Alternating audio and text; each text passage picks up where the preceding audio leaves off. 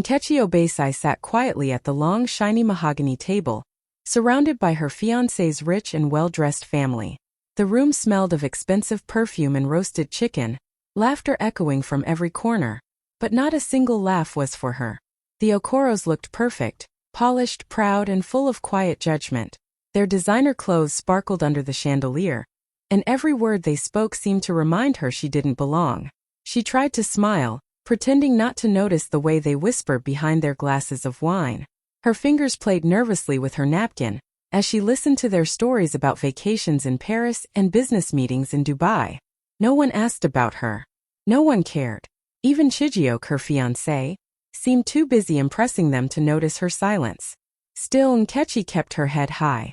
Her late mother's voice echoed in her mind. "Never let anyone make you feel small, my daughter." She took a deep breath and looked around the table, reminding herself that grace was her armor. They might see her as an outsider, but she knew something they didn't. She was far more than the quiet girl they were trying to humiliate. The laughter around the table grew louder, but the jokes weren't funny anymore. They were sharp and aimed straight at her. One of the aunts leaned closer to another and whispered just loud enough for Nkechi to hear. Chijioke really found himself a simple girl. The other aunt chuckled, swirling her wine glass. I just hope she at least knows how to serve water properly. These village girls can surprise you." Their laughter cut through her like a knife. Nkechi's heart tightened, but she didn't show it. She kept her smile small and polite, even as her hands trembled under the table. She could feel every pair of eyes on her, judging her dress, her accent, her calmness. Someone joked about girls who come from nowhere trying to marry into good families. Another said, "Love is blind until the bills arrive." The table erupted in laughter again. Nkechi swallowed hard. Her throat burned, but she refused to give them the satisfaction of seeing her cry. Chijioke sat beside her, pretending not to hear. He smiled weakly, trying to avoid confrontation. That hurt the most, his silence. She wanted him to speak up, to defend her, to remind them she was the woman he loved. But he just stared at his plate. Inside, her late mother's words came back to her like a whisper. "Grace, my daughter. Even when they try to break you, wear your grace like a crown." So she straightened her back, looked at the table and softly said, "I may be simple, but I was raised with respect." Her voice was calm, but her eyes held quiet fire. The room fell silent for a moment. Awkward, heavy, uncomfortable. Then the aunt forced a laugh, trying to brush it off. But Nkechi saw the discomfort in their faces. They didn't expect her to have dignity, to speak with strength. She smiled gently, turned to sip her water, and told herself silently, one day, they'll understand who they're talking to. The servants began placing plates of jollof rice, roasted chicken, and steaming soup on the table. The air was filled with rich smells, but Nkechi's appetite was long gone. She sat quietly, her eyes fixed on her plate, praying the evening would just end peacefully. But peace was never what the Okoros had in mind. One of the cousins, a tall, arrogant man in a designer shirt, looked at her and smirked. "Poor girl," he said loudly enough for everyone to hear. "This is not really your kind of table. Maybe you should eat later when we're done." The room froze. Forks stopped moving. Even the laughter died midair. Nkechi felt her chest tighten. Her hands shook under the table, but she forced herself to stay calm. She turned to Chijioke, hoping, just hoping, he would say something. Defend her. Stop the humiliation. But he didn't. He stared at his food, pretending not to notice, his cowardice screaming louder than words. Then the eldest aunt, the same one who had been giving her sharp looks all evening, set her wine glass down and said coldly, "Please, young lady, leave the table. This dinner is for family." The words hit her like a slap. Everyone's eyes were now on her. Her heart raced, her face burned, but she didn't want them to see her break. Slowly, she placed her napkin on the table and stood up. "Excuse me," she said softly, her voice calm but trembling at the edges. As she walked away, she could feel their smug stares following her. People who thought money made them better. But what they didn't know, what none of them could even imagine, was that the roof above their heads didn't belong to them. It belonged to her. Her late father's voice echoed in her mind. "Never explain your worth to people who measure it with gold." Nkechi walked out of that dining room with her head high. She left in silence, but that silence carried the weight of a storm they weren't ready for. For her not gaps or no I bid no blue and started ale and you hope me miss it. I went the dish, Nemum at that. See, ma'am, faha. They are breath vahnig. Flosser who strips soon at therapy dish. Sir, you're with no wooden skim. See for the sear mean we oak with the asla. And our turkey sick on the bringing. He will sear quite go wish that. He siggles with off iler for the so if a lot. Sir, it's a milk in the name. That no fits real nation, madden I was all with. Where's so in it? Heard nang it is through Zuho and Nevinoid. Derp so veil. Nyammer. Her another ever with off who hope be full of more with the capital net. Sir, he's dash nothing in silks are. He'll else the her nerdish. Sterker was no lessons wish though. Twalish name it was a hip. He's lower grid was a hip on. Get her. Nemo murph softish. Yeah, we're with the chirisha. He didn't get what he merged well, so else no less other thing you got. Her old full brommets naked pilks later. And where he smith ellis sweet for wish. He left bad steep. All best in my fair work always night even in nurse stechen. Here's if it's so sweet did I hit visit. He'll dark blam sir the up. Say are the dervimus. Alf burn no one. Care profit with their hit the ma groups there wood. He'll fast that's ish. Aim sweet skin. Sylvil mercer he that's it narsh. Thar well sicketish. Where perhaps netting it must name on the wet. Snail fax is skiffet in it. Her if nemish will of safes in I billy. Say your him nevin the hit. And a shale and miss it bats it. It must see it's the earth on my hanging at Millas. Her scatter say what do off this name it. Why dish it delish. But if Mr. Loudon did dish up. Her old for the life in the parlor, Murph built in the banner. Her ishner Murph budded see shale else gushne see stechen. That mansion everyone bragged about, the one filled with luxury and pride, didn't belong to the Okoros at all. It was hers. Nkechi Obesi's. The very walls that echoed with their insults had been built by her late father, Chief Obinna Obesi, a man whose name once carried power and respect across Nigeria. Years ago, he had designed that mansion himself, down to the last detail, the marble staircase imported from Italy, the mahogany dining table from Ghana, the grand chandelier from France. He had built it as a gift to his wife and only daughter, calling it the Obesi Home of Grace. When he passed away, the world mourned a legend. Obesi Holdings, his real estate company, grew even bigger after his death, expanding across Africa under trusted management. But what people didn't know was that he had left everything, every property, every share, every account, to his only child, Nkechi. She had become the quiet heiress of an empire, though she never flaunted it. After her father's funeral, she made a promise to herself and her mother's memory. I will live simply. I will earn respect for who I am, not for what I have. That's why she never told Chijioke or his family about her inheritance. She wanted love, not status. She wanted to be seen for her heart, not her last name. But now, as she stood outside that same mansion, the same one her father built with love, she realized how cruel life could be.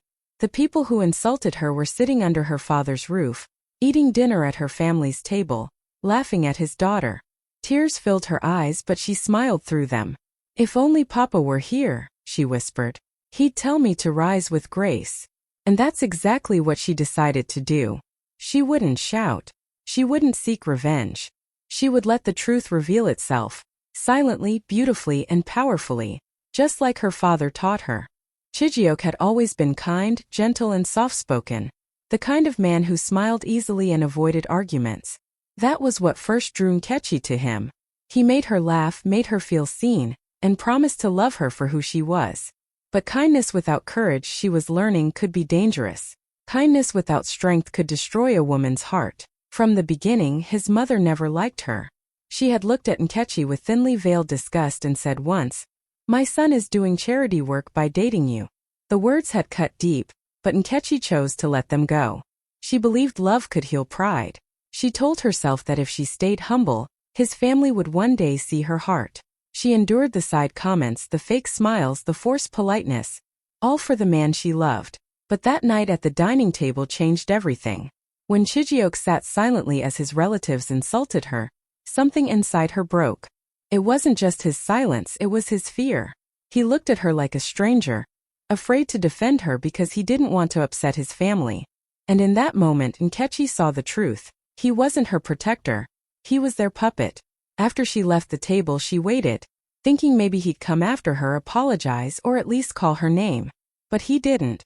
He stayed inside, pretending everything was fine, while she stood outside in the cold night, holding back tears. She finally understood that love means nothing without respect. You can give your heart to someone, but if they can't stand beside you when the world turns cruel, then what you have isn't love, it's weakness. That night, standing under the stars, Nkechi whispered to herself, "I deserve more." And for the first time she truly believed it. The next morning the sun rose quietly over Abuja, painting the sky in soft gold and pink. Nkechi sat on her small balcony with a cup of tea, her mind still heavy from the night before. The voices from that dinner echoed in her head, the laughter, the insults, and most painfully Chijioke's silence. She felt tired, but deep inside, a strange calm had replaced her hurt. It was as if something inside her had shifted, a quiet strength she didn't know she still had. Her phone began to ring. She glanced at the screen. It was Mr. Kalu, her father's old lawyer. She hadn't spoken to him in months. She took a deep breath and answered, her voice steady but soft. "Good morning, Mr. Kalu." "Good morning, Madam Nkechi," he said warmly. "I wanted to inform you. The property transfer is complete. The Okoro mansion is now officially under your name. Your late father's acquisition has been finalized. All documents are ready for your signature." For a few seconds she couldn't speak. The same house where she was humiliated just hours ago. The same house her fiancé's family treated her like an intruder, now legally belonged to her.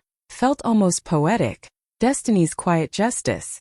A small smile spread across her face as she looked out at the morning light. "Perfect timing," she whispered, her voice calm but full of meaning.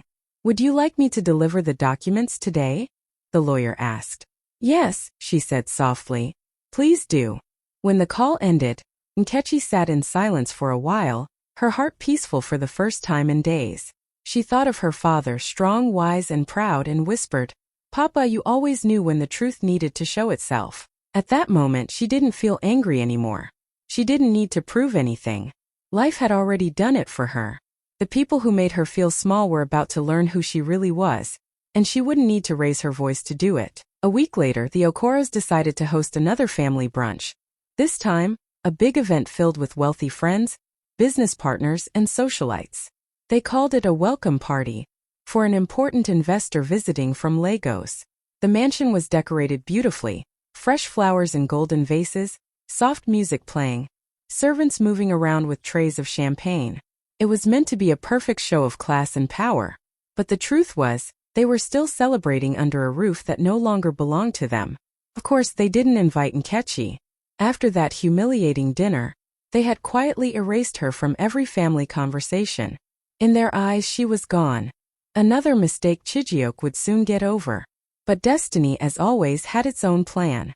That morning, as Nkechi stood before her mirror, she didn't see the quiet, timid girl they mocked. She saw the daughter of Chief Obinna Obesai, confident, calm, and in full control.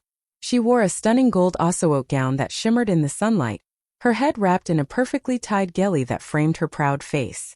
Her makeup was soft but powerful, the look of a woman who had nothing to prove, yet everything to show.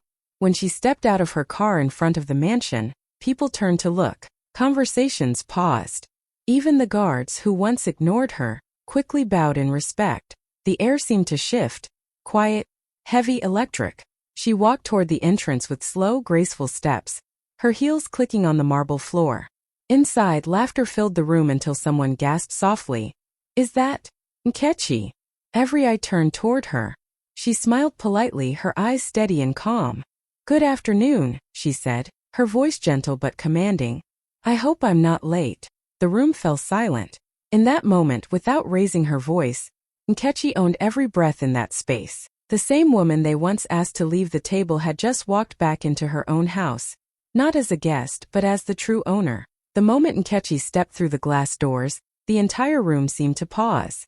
Conversations stopped mid-sentence, and laughter turned into awkward silence. The clinking of glasses faded as all eyes shifted toward her. The bright afternoon sun streamed through the wide windows, catching the shimmer of her gold Osuoke gown. She looked radiant, elegant, calm, and untouchable. The same aunt who had mocked her at the dinner almost dropped her wine glass. Her jaw tightened as she whispered, "What is she doing here?" The other guests, unsure of what was happening, exchanged confused looks. Some smiled politely, thinking she was just another invited guest. But the Okoro family knew better. They hadn't invited her. And yet, here she was walking in like royalty. Nkechi's steps were slow and graceful. Every movement carried quiet confidence. She didn't rush, didn't look nervous. She simply owned the moment. Her perfume filled the air, soft and expensive, matching the calm authority in her presence. When she reached the center of the room, she smiled gently at the aunt who had spoken. "I believe," she said, her voice smooth and steady, "I'm right where I belong." Her words hung in the air like music, calm but powerful, polite but piercing. A few guests turned to look at each other, whispering, "Who is she?" Someone asked. "She looks familiar." Another muttered, "She carries herself like a queen." The Okoro family tried to force smiles, pretending everything was fine. Chijioke looked stunned, his glass trembling slightly in his hand. His mother's face hardened, but she said nothing. Nkechi walked further in, greeting a few guests with gentle nods. "Good afternoon," she said warmly. "I hope everyone is enjoying the event." Her tone was peaceful, but something about her calm made the entire room uneasy. She wasn't the poor girl they remembered. She was the woman they underestimated. And though they didn't know it yet, this gathering wasn't theirs anymore. As Nkechi stood gracefully in the middle of the room, people still whispering, the atmosphere grew tense. The Okoro family tried to act normal, forcing smiles for their high society guests, but confusion lingered like a heavy fog. Just then, a young waiter approached her politely, holding a folder and a pen in his hand. "Good afternoon, Madam Owner," he said softly, bowing slightly. "Please, your signature is needed for the event bill." The room went completely silent. It was as if time froze. Every single person turned to look at the waiter, then at Nkechi. The word Madam Owner echoed in the air like thunder. "Madam what?" one of the uncles asked, his voice cracking in disbelief. The waiter, looking a bit nervous, repeated clearly, "Madam Owner, sir. This property and the entire estate belong to Miss Nkechi Obei-sai." A glass slipped from someone's hand and shattered on the marble floor. The aunt who had mocked her earlier nearly dropped her wine again, her face pale with shock. Guests began to murmur, unsure if they had heard correctly. Chijioke's eyes widened. "Nkechi, what is he talking about?" he asked, his voice shaking slightly. Nkechi didn't rush to answer. She simply smiled, that soft, calm, confident smile that came from knowing the truth was finally speaking for her. She took the pen from the waiter, signed the paper elegantly, and handed it back. "Thank you," she said kindly. "Please make sure everything runs smoothly." "Yes, madam," the waiter replied, bowing again before walking away. You could hear the guests whispering. "She owns the mansion? Is she serious? Wait, the Okaros don't own this place?" Nkechi looked around at all their shocked faces, her heart steady. She had no anger left, just quiet satisfaction. The same people who made her feel small were now standing speechless in her house.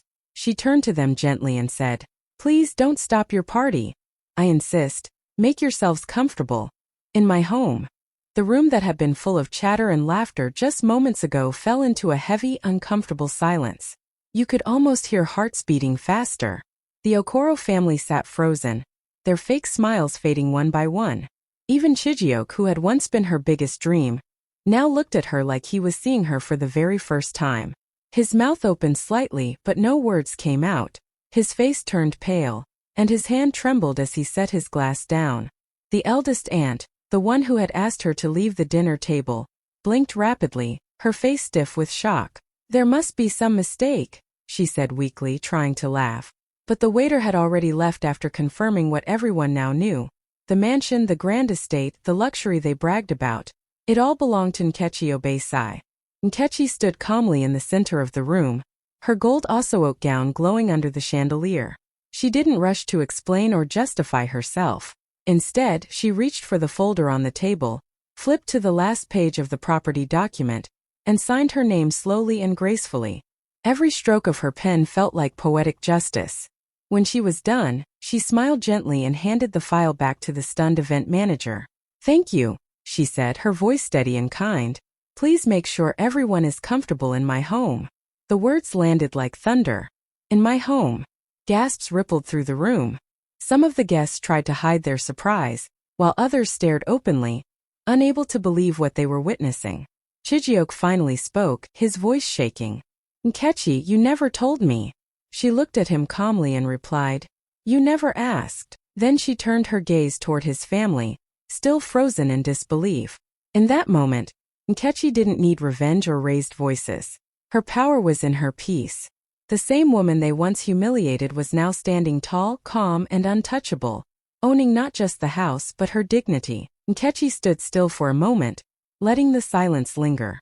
Every pair of eyes in the room was fixed on her, shocked, confused, and embarrassed. Then with a quiet breath, she turned to face them. Her voice was calm, soft, but carried a weight that filled every corner of the room. "My father bought this mansion years ago," she began. "Chief Obinna Obesai, maybe some of you have heard of him. He built this home long before the Okoros ever moved in. When he passed away, everything he owned was left to me." A few guests gasped softly. The Okoro family looked like the ground had been pulled out from under them. Chijioke's mother's lips trembled, her eyes darting toward the walls as if seeing them for the first time. Nkechi continued, her tone steady and graceful. "I didn't correct anyone before. I thought staying humble would earn me respect. I thought people would see my heart, not my background. But I was wrong. In your world, respect only comes when there's money attached to your name." Her words were not angry. They were honest, full of quiet truth. She looked around the room, her eyes meeting each of theirs. "You judged me because I didn't show what I had. You mistook humility for weakness. But strength isn't loud. Sometimes it just waits for the right moment to speak." No one said a word. The air felt thick, almost sacred. Even the guests who didn't know her could feel the power in her calmness. She smiled softly, her eyes glistening. "I never wanted to embarrass anyone," she said gently. "I just wanted you to understand. A woman's worth isn't measured by what she wears, or where she comes from. It's in how she carries herself when the world tries to shame her." Her words cut deeper than anger ever could. The same table that once silenced her now sat speechless before her. And this time it was respect that filled the air. As Nkechi turned to leave, the room stayed frozen in awkward silence. The same people who once laughed at her now couldn't even look her in the eye. Her heels clicked softly against the marble floor. Calm, steady, powerful. Just as she reached the door, one of the aunts, her voice shaky, called out, "Nkechi, please wait, we didn't know." Nkechi stopped. For a moment she didn't turn around. She just stood there, her back straight, her chin high. Then slowly she looked over her shoulder, her eyes calm but sharp. "Exactly," she said softly. "You never cared to know." Her voice wasn't loud, but it carried more weight than any shout could. The aunt's eyes filled with guilt, and Chijioke looked down, unable to meet her gaze. He wanted to speak, but words failed him. His silence, once harmless, now felt heavy, the kind that destroys love. Nkechi gave a small, polite smile. Not bitter, not proud, just peaceful. "I wish you all well," she said simply. And with that, she turned and walked away. Her gold Oseote gown shimmered under the chandelier lights, every thread catching the glow like tiny flames. Each step she took felt like poetry, elegant, powerful, and final. People whispered, some with regret, others in awe. Even the waiter who had spoken earlier watched her go with quiet admiration. She didn't need to raise her voice or seek revenge. Her grace was her revenge. As she stepped outside, a gentle breeze met her, brushing against her face like freedom. The mansion behind her buzzed with confusion and shame, but Nkechi didn't look back. She had walked into that house as someone they mocked, and she was leaving as the woman they would never forget. Her walk wasn't just an exit, it was a statement. Every step said, "You tried to make me small, but I was never meant to fit at your table. I was meant to own it." That night, long after the brunch had ended, someone uploaded a short video clip from the event to social media. Within minutes, it began to spread like wildfire. In the clip, you could see Nkechi standing in her golden Oseote gown, calm and radiant. The waiter approached her politely and said, "Good afternoon, Madam Owner. Your signature is needed for the event bill." The camera captured the stunned faces of the Okoro family. Their wide eyes, dropped jaws, and frozen expressions. People everywhere were watching. Comments flooded in. "She's the one who owns the mansion? The poor girl they humiliated just walked in like a queen. Wow. Grace, humility, and power all in one person." The clip was shared thousands of times in just an hour, trending across Instagram, Twitter, and Facebook. Viewers were mesmerized not just by the reveal, but by the way Nkechi carried herself. She didn't yell. She didn't insult anyone. She didn't need to. Every gesture, every calm smile, every poised step spoke louder than words ever could. People called her story inspiring. "This is how a woman rises with dignity," one comment read. Another said, "She didn't need revenge. Her grace did it for her." Even news outlets picked up the story the next morning, sharing the clip with headlines like, "The poor girl who owned the mansion," and "Abuja heiress turns humiliation into graceful power." The world was watching, captivated by her quiet strength. In the following days, messages poured into Nkechi's phone, strangers praising her courage, telling her she had inspired them to stand up for themselves, to carry themselves with dignity no matter the circumstances. She read them all, smiling softly. For the first time, she realized the true power of her father's lesson. Humility and patience could speak louder than anger, pride, or revenge. Through grace, she had reclaimed not just her inheritance, but the respect she had always deserved, and the world had witnessed it. Weeks later, Nkechi's story had reached every corner of Nigeria. She was featured on the cover of a leading business magazine as the new CEO of Obesai Holdings, the real estate empire her father had built and she had inherited. The article highlighted not just her wealth, but her grace, intelligence, and the quiet strength that had made her rise above humiliation and betrayal.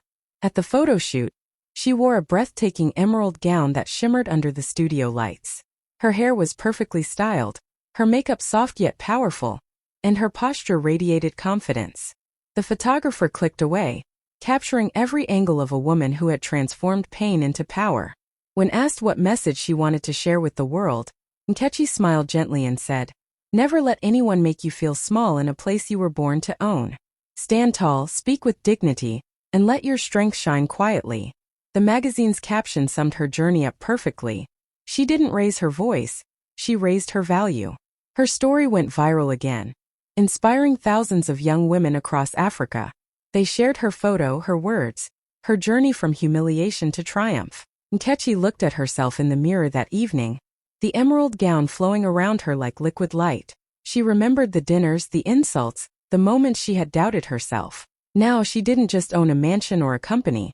She owned her story, her power, and her destiny. In that quiet moment, she whispered to herself, "I didn't need to fight to be seen. I just needed to rise." And with that, she smiled fully, confidently, completely.